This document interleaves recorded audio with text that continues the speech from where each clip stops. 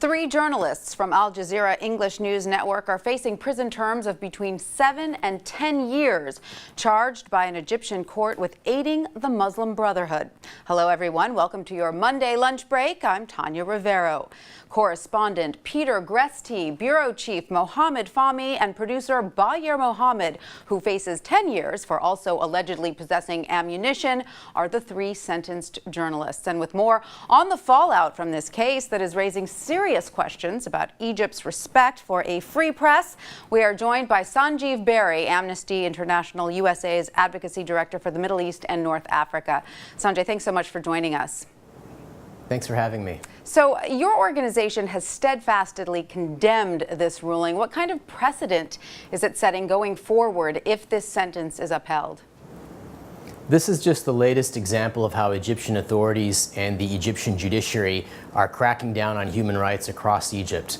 And this sham trial and this sham verdict are more dark examples of how press freedom is being crushed in Egypt today. At the end of the day right now, it appears that the Egyptian authorities are sending the message that if a reporter or a media outlet offers a narrative or a critique that differs with the government's perspective of events, those reporters face terrible consequences. And Sanjeev, what is the chance for an appeal here? Obviously, this case is drawing international criticism. Yes, a number of governments have called in their Egyptian ambassadors to ask tough questions about this verdict, and it's definitely something that's shocked the international community. From here on out, there is a lengthy, drawn-out appeals process, but the thing to remember is that these 3 journalists are now in prison, and they have been given prison sentences. So while there may be appeals ahead, they are sitting in jail simply for doing their jobs, and the convictions and the sentences come after 6 months in which they've already been detained. And it should be noted they are also in one of Egypt's most notorious prisons. Yes, Egypt's prison system in general is notorious for torture, abuse, and all kinds of horrific outcomes. And it's just yet another example of how Egyptian authorities and the Egyptian judiciary are no longer acting with any basic respect for fairness or due process. And it's part of this larger crackdown that we're seeing in Egypt today.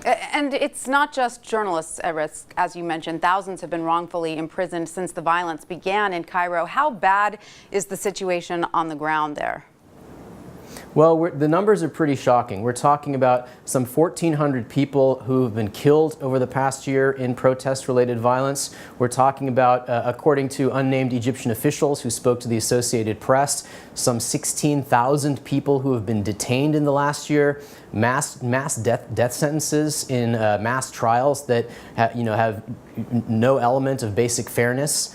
So it's a major problem, and it's stunning to see something like this happening, especially this latest verdict, just one day after Secretary of State John Kerry was in Egypt, ostensibly to talk about human rights and repairing the U.S.-Egypt relationship. Absolutely. So let's talk about that visit there, because how can the country's leader, how can the ruling courts justify controlling the image of what's going on in their country right now?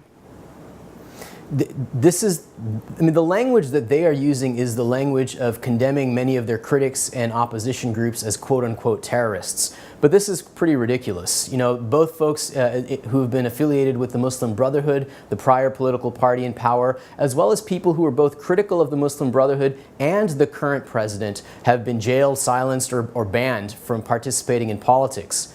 And it's important to remember that Egypt is a major military ally of the U.S. government. They receive some $1.2 billion a year in military aid, and it's time for there to be some human rights accountability in that relationship. We can't just have business as usual, where the Secretary of State visits one day, and then the next day, prominent journalists are thrown in jail for years. All right, Sanjeev, thank you very much for that.